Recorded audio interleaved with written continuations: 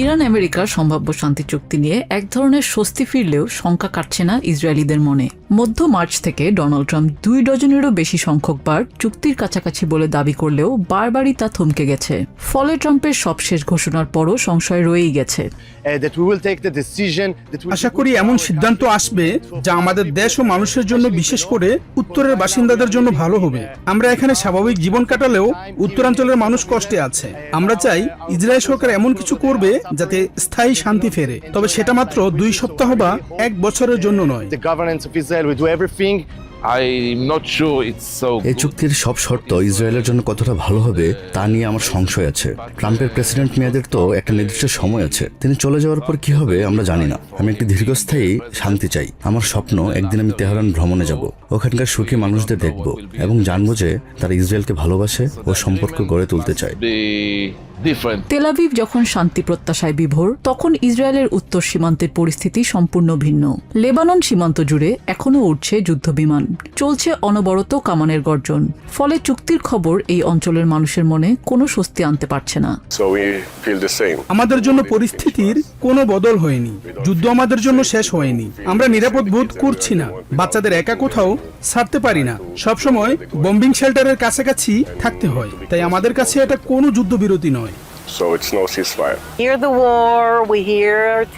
আমরা যুদ্ধের শব্দ শুনছি, আর্টিলারি ও প্লেনের আওয়াজ পাচ্ছি। আকাশে তাকালেই দেখা যাচ্ছে রকেট ইন্টারসেপ্ট করার দৃশ্য। এই চরম অনিশ্চয়তার মধ্যে আমরা বেঁচে থাকার সর্বোচ্চ চেষ্টা করছি। প্রেসিডেন্ট ট্রাম্প দাবি করেছেন এই চুক্তিতে ইসরায়েল সহ আঞ্চলিক মিত্রদের সম্মতি রয়েছে। তবে প্রধানমন্ত্রী বেঞ্জামিন নেতানিয়াহুর দপ্তর স্পষ্ট করেছে ইসরায়েল এই চুক্তির পক্ষ নয়। যদিও ইরানের পরমাণু অবকাঠামো ধ্বংস ও আঞ্চলিক প্রক্সি বন্ধের শর্তকে স্বাগত জানিয়েছে তারা। তবে লেবাননে ইসরায়েলি সামরিক অভিযান পুরোপুরি বন্ধ না হলে এই চুক্তি সম্পন্ন হলেও তা কতখানি স্থায়ী হবে তা নিয়ে বড় প্রশ্ন রয়েই যাচ্ছে। নিজিয়া জামি, TVN 24 নিউজ ডেস্ক। অধিকৃত ওয়েস্ট ব্যাংকে প্যালেস্টিনিয়ানদের ভূমি গ্রাস করে আরও বড় পরিসরে অবৈধ ইহুদি বসতি গড়ার পরিকল্পনা করছে ইসরায়েল। এর অংশ হিসেবে নতুন বসতি স্থাপন ও অবকাঠামো নির্মাণে $340 মিলিয়ন বরাদ্দ দেওয়ার চূড়ান্ত প্রস্তুতি নিচ্ছে বেঞ্জামিন নেতানিয়াহু সরকার। খসড়া প্রস্তাব অনুযায়ী নতুন এই বাজেট দিয়ে বসতিগুলোতে সংযোগ সড়ক, পয়ঃনিষ্কাশন ও পানি সরবরাহ ব্যবস্থার মতো বড় অবকাঠামো তৈরি করা হবে। বসতি বিরোধী ইসরায়েল পর্যবেক্ষণ সংস্থা পিস নাও জানিয়েছে রবিবার সিকিউরিটি ক্যাবিনেটে এই বরাদ্দ অনুমোদন হতে পারে। গত 3 বছরে সরকার যে 103টি বসতির অনুমোদন দিয়েছে তার মধ্যে অন্তত 60টি এখনো তৈরি হয়নি। সেগুলোর নির্মাণ সম্পন্ন করতেও অর্থের প্রয়োজন, সেজন্যই এই অর্থ বরাদ্দ দেয়া হচ্ছে। নির্বাচনের আগে মাঠ পর্যায়ে নিজেদের অবস্থান পাকাপোক্ত করতেই তড়িঘড়ি করে এই সিদ্ধান্ত নেওয়া হচ্ছে। পিস নাও জানায় বৃহস্পতিবার মন্ত্রিসভার বৈঠকে আলোচনার পর প্রস্তাবটি চূড়ান্ত অনুমোদনের জন্য সিকিউরিটি ক্যাবিনেটে পাঠানো হয়েছে। মূলত আসন্ন সাধারণ নির্বাচনের আগে আইনি প্রক্রিয়া এড়িয়ে দ্রুততার সাথে এই বিপুল অর্থ বরাদ্দ দেয়া হচ্ছে, যাতে পরবর্তী সরকার এসেও এই সিদ্ধান্ত সহজে বাতিল করতে না পারে। ইসরায়েলের এই আগ্রাসী নীতির তীব্র নিন্দা জানিয়েছে প্যালেস্টাইন লিবারেশন অর্গানাইজেশন PLO। সংস্থাটি বলছে প্যালেস্টাইন রাষ্ট্র গঠনের স্বপ্ন চিরতরে কবর দিতেই উগ্র ডানপন্থী ইসরায়েলি মন্ত্রীরা এই বিপুল অর্থ বিনিয়োগ করছেন। দখলদার সরকার মাঠ পর্যায়ে যেসব বাস্তবতা চাপিয়ে দিচ্ছে তারা মনে করছে এর মাধ্যমে প্যালেস্টাইন রাষ্ট্র গঠনকে বাধাগ্রস্ত করা যাবে। আর সেই উদ্দেশ্যেই তারা বসতি সম্প্রসারণ, নতুন নির্মাণ এবং অবৈধ আউটপোস্টগুলোকে বৈধতা দিতে এই বিপুল পরিমাণ অর্থ বরাদ্দ করছে। এর সবই প্যালেস্টিনিয়ান জনগণের বিরুদ্ধে তাদের চলমান যুদ্ধের অংশ। বর্তমানে ওয়েস্ট ব্যাংক ও পূর্ব জেরুজালেমে প্রায় 2.7 মিলিয়ন প্যালেস্টিনিয়ানের পাশাপাশি প্রায় 700,000 অবৈধ ইসরায়েলি বসতি স্থাপনকারী বসবাস করছে। জাতিসংঘ সহ আন্তর্জাতিক সম্প্রদায় এই ইহুদি বসতিগুলোকে সম্পূর্ণ অবৈধ এবং মধ্যপ্রাচ্যের শান্তি প্রতিষ্ঠার প্রধান অন্তরায় হিসেবে দেখে থাকে। তবে আন্তর্জাতিক আইনকে পরোয়া না করে একের পর এক প্যালেস্টিনিয়ান ভূখণ্ড দখল করে চলেছে ইসরায়েল। লেবার পার্টি সরকার ক্ষমতায় আসার পর থেকেই একের পর এক সংকটে জর্জরিত ব্রিটেনের রাজনীতি। স্বাস্থ্যমন্ত্রী ওয়েস্ট ট্রেডিং এর পর এবার প্রতিরক্ষা নীতি নিয়ে খোদ ডাউনিং স্ট্রিটের বিরুদ্ধে বিদ্রোহ ঘোষণা করলেন আর্ম ফোর্সেস মিনিস্টার আল কার্নস।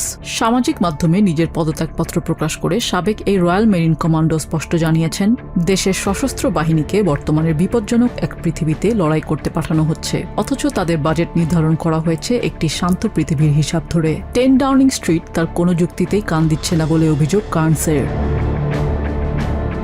আল কার্নসের এই বিদায় মূলত প্রতিরক্ষামন্ত্রী জন হিলির আকস্মিক পদত্যাগেরই সরাসরি প্রতিক্রিয়া। এর আগে বৃহস্পতিবার হিলি তার পদত্যাগপত্রে প্রধানমন্ত্রী কিয়ার স্টারমারের বিরুদ্ধে দেশকে অনিরাপদ করে তোলার গুরুতর অভিযোগ তুলেন। তিনি দাবি করেন, প্রতিরক্ষা মন্ত্রণালয়ের জন্য অতিরিক্ত 10 বিলিয়ন পাউন্ড বরাদ্দ দেয়া হলেও ইরান যুদ্ধ, রাশিয়ার হুমকি এবং ইউক্রেন সংকটের এই উত্তাল সময়ে দেশকে রক্ষা করতে তা একেবারেই যথেষ্ট নয়। এই চরম বিপর্যয়ের মুখে ড্যামেজ কন্ট্রোল করতে স্টারমার নতুন প্রতিরক্ষামন্ত্রী হিসেবে নিয়োগ দিয়েছেন ড্যান জার্ভিসকে। এতদিন নিরাপত্তা প্রতিমন্ত্রী হিসেবে দায়িত্ব পালন করা জার্ভিস একজন সাবেক সেনা কর্মকর্তা, যিনি আফগানিস্তান ও কসোভোর যুদ্ধক্ষেত্রে সরাসরি অংশ নিয়েছিলেন। নিজের নেতৃত্ব চরম সংকটের মুখে পড়লেও পদত্যাগ করতে পরিষ্কার অস্বীকৃতি জানিয়েছেন ব্রিটিশ প্রধানমন্ত্রী কিয়ার স্টারমার। সমালোচনা প্রত্যাখ্যান করে তিনি দাবি করেন, দেশের প্রতিরক্ষা খাত সবসময় তার সরকারের সর্বোচ্চ অগ্রাধিকার এবং এই খাতের বাজেট বাড়াতে তিনি ইতিমধ্যেই অন্য মন্ত্রণালয়ের বাজেট কমানোর মতো কিছু কঠোর সিদ্ধান্ত নিয়েছেন। And let me just be clear with you, that's not about personal vanity, it's not about stubbornness, it's out of a very deep sense of duty. I was elected to serve this country, notwithstanding the difficult circumstances. আগামী 7 জুলাই নেটোর শীর্ষ সম্মেলনের ঠিক আগ মুহূর্তে এই শীর্ষ 2 সামরিক কর্মকর্তার পদত্যাগ আন্তর্জাতিক অঙ্গনেও ব্রিটেনের ভাবমূর্তি ক্ষুণ্ণ করেছে। বিরোধী দল কনজারভেটিভ পার্টির নেতা কেমি বেডনক দাবি করেছেন, কিয়ার স্টারমারের প্রধানমন্ত্রিত্ব এখন তাসের ঘরের মতো ভেঙে পড়ছে। তবে ডাউনিং স্ট্রিটের দাবি, কোল্ড ওয়ারের পর এবারই লেবার সরকার প্রতিরক্ষায় সবচেয়ে বড় টেকসই বাজেট বরাদ্দ নিশ্চিত করছে। কঙ্কালসার চেহারা আর রোগাক্রান্ত শরীর, ভিডিও স্ক্রিনে ভেসে ওঠা এই মানুষটি গাজার এক সময়ের আলোচিত ও প্রখ্যাত চিকিৎসক ডাক্তার হুসাম আবু সাফিয়া। 2024 সালের শেষ ভাগে উত্তর গাজার কামাল আদওয়ান হাসপাতাল থেকে তাকে ধরে নিয়ে যায় ইসরায়েলি বাহিনী। কারাগারে দীর্ঘ 16 মাসের বেশি সময় কোনো সুনির্দিষ্ট অভিযোগ ছাড়াই বন্দী রাখা হয়েছে এই চিকিৎসককে। 2025 সালের ফেব্রুয়ারির পর এই প্রথম সুপ্রিম কোর্টের আপিল শুনানিতে তাকে জনসম্মুখে দেখার সুযোগ পান আইনজীবীরা, যেখানে ইসরায়েলি কারাগারে তার উপর চরম অমানবিক নির্যাতন, চিকিৎসার অভাব এবং পুষ্টিহীনতার ভয়াবহ চিত্র উঠে আসে। ডাক্তার হুসামকে এখনো নাফা কারাগারের নির্জন প্রকোষ্ঠে আটকে রাখা হয়েছে। স্ক্রিনে যখন তিনি আসেন তখন তার হাত ও পায়ে হাতকড়া পরানো ছিল। আদালত সেই বেরি খুলে দেওয়ার অনুরোধ প্রত্যাখ্যান করেছে। তিনি কোনো চিকিৎসা পাচ্ছেন না এবং তার দীর্ঘস্থায়ী রোগের জন্য প্রয়োজনীয় ওষুধও দেয়া হচ্ছে না। মানবাধিকার সংস্থাগুলোর দাবি, কারাগারে ডাক্তার হুসামের ওজন প্রায় 40 কেজি কমে গেছে এবং মারধরের কারণে তার পাঁজরের 4টি হাড় ভেঙে গেছে। এমনকি তাকে রাখা হয়েছে সম্পূর্ণ নির্জন কারাকক্ষে। অন্যদিকে নির্জন কারাগারে রাখার যুক্তি হিসেবে ইসরায়েলি বাহিনী তাদের দাবি অনুযায়ী অন্য বন্দীদের জন্য ডাক্তার হুসামের বিরুদ্ধে কোনো হুমকির প্রমাণ দিতে পারেনি বলে জানান আইনজীবী নাসের ওদেহ। এই নির্জন কারাবাস আসলে একটি শাস্তিমূলক ব্যবস্থা। ডাক্তার হুসাম বা অন্য বন্দীরা যাতে ইসরায়েলি আদালত, বিশেষ করে সুপ্রিম কোর্টের দ্বারস্থ হতে না পারে সেজন্য ভয় দেখাতেই এটি করা হচ্ছে। একে গোয়েন্দা সংস্থার নিরাপত্তা ব্যবস্থা দাবি করলেও ডাক্তার হুসাম অন্য বন্দীদের জন্য কি হুমকি তৈরি করেছিলেন তার কোনো প্রমাণ দিতে পারেনি প্রসিকিউশন। এদিকে কারাগারে স্থানান্তরের সময় তাকে নৃশংসভাবে নির্যাতন করা হয়েছে বলে আদালতে জানান ডাক্তার হুসাম। কেড়ে নেওয়া হয়েছে চোখের চশমাও, যার ফলে এখন দৃষ্টিশক্তির তীব্র সমস্যায় ভুগছেন তিনি। এছাড়া শরীর জুড়ে ছড়িয়ে পড়েছে চর্মরোগ। ডাক্তার হুসামের মতো গাজা থেকে ধরে নিয়ে যাওয়া আরো 14 জন প্যালেস্টিনিয়ান চিকিৎসককে বছরের পর বছর ধরে বিনা বিচারে আটকে রেখেছে তেল আভিভ। বিশ্ব সম্প্রদায়ের নিন্দা সত্ত্বেও প্যালেস্টিনিয়ান স্বাস্থ্যকর্মীদের ওপর এই পরিকল্পিত বন্দিত্ব ও নির্যাতনে আন্তর্জাতিক আইনের কোনো তোয়াক্কাই করছে না ইসরায়েল। বিশ্বকাপে মাঠের লড়াই শুরু হতে এখনও কিছুটা সময় বাকি। তবে জার্মানির প্রথম ম্যাচের ফলাফল নাকি এখনই নিশ্চিত। অন্তত কালোন চিড়িয়াখানার 4.5 টন ওজনের এই খুদে ফুটবলার তারাকের ভবিষ্যৎবাণী তেমনই বলছে। জার্মানি ও কুরাসাওয়ের জাতীয় পতাকার রঙে সাজানো 2টি ফুটবলের মধ্যে জার্মান বলটির দিকে সোজা এগিয়ে যায় এই এশিয়ান হাতি। এরপর এক নিমেষেই নিজের বিশাল পায়ের চাপে সশব্দে বলটি ফাটিয়ে দেয় তারাক।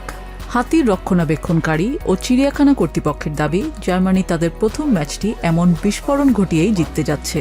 Ich glaube, eindeutiger konnte es nicht sein. আমার মনে হয় এর চেয়ে পরিষ্কার ইঙ্গিত আর হতেই পারে না। সে সোজা জার্মান বলটার দিকে ছুটে গেল, ওটার উপর আছড়ে পড়ল এবং একটা বিকট শব্দ হলো। আমার বিশ্বাস আমরা এবার মাঠের লড়াইয়ে এক বিশাল ধামাকার মাধ্যমেই জিততে যাচ্ছি। Gerne mit Bällen, er spielt auf Fußball und er schmeißt. হাতি তারাকের গণনা যতটা সহজ ছিল, ডর্টমুন্ড চিড়িয়াখানার অভিজ্ঞ ওরাকেও ওরাংটন ওয়াল্টারের সিদ্ধান্ত বুঝতে দর্শকদের অবশ্য বেশ মাথা খাটাতে হয়েছে। মুষলধারে বৃষ্টির মধ্যে ওয়াল্টারের সামনে দেয়া হয়েছিল দুটি দেশের পতাকা লাগানো দুটি খাবারের বাক্স। ওয়াল্টার প্রথমে জার্মানির বাক্সটি খুব দৃঢ়তার সাথে টেনে নেয়, কিন্তু ঠিক পাশ দিয়ে যাওয়ার সময় কুরাসাওয়ের বাক্সটিও বগল দাবা করে নিজের গাছের ঘরে চলে যায়। সেখানে গিয়ে সে কুরাসাওয়ের বাক্সটি আগে খুলে ভেতরের খাবারগুলো সাবার করতে শুরু করে। ওয়াল্টার ঘর থেকে বের হয়ে সোজা জার্মানির বক্সের দিকেই গিয়েছিল এবং এটা নিশ্চিতভাবে ছিনিয়ে নেয়। তবে যাওয়ার সময় কুরাসাওয়ের বক্সটাও সাথে করে নিয়ে যায় এবং শুকনো জায়গায় গিয়ে ওটার খাবার আগে খায়। এর একটা পরিষ্কার ব্যাখ্যা হতে পারে, জার্মানির প্রথম ম্যাচে কুরাসাওকে আক্ষরিক অর্থেই গিলে খাবে বা ধুয়ে দেবে। প্রথমে একটু বিতর্কিত মনে হলেও আমি জার্মানির বড় জয়ের পক্ষেই ইঙ্গিত দেখছি। ইন্দোনেশিয়া সুমাত্রা অঞ্চলের রেইন ফরেস্টের আদি বংশোদ্ভূত এই ওরাংটন বৃষ্টি পছন্দ না করলেও লোভনীয় খাবারের টানে বাইরে এসে এই ভবিষ্যৎবাণী করে দেয়। হাতি আর ওরাংটন এই দুই জ্যোতিষীর ভবিষ্যৎবাণীর ধরন নিয়ে কিছুটা বিতর্ক থাকলেও চিড়িয়াখানা কর্তৃপক্ষ জার্মানির সহজ জয়ের ব্যাপারে রীতিমতো বাজি ধরছেন। এখন দেখার পালা আগামী রবিবারের আসল ম্যাচে ফুটবল পরাশক্তি জার্মানি তারাক আর ওয়াল্টারের ভবিষ্যৎবাণীর মান কতটা রাখতে পারে। নিউ ইয়র্ক থেকে সম্প্রচারিত TVN 24 টেলিভিশন বিশ্বজুড়ে বাঙালির কণ্ঠস্বর।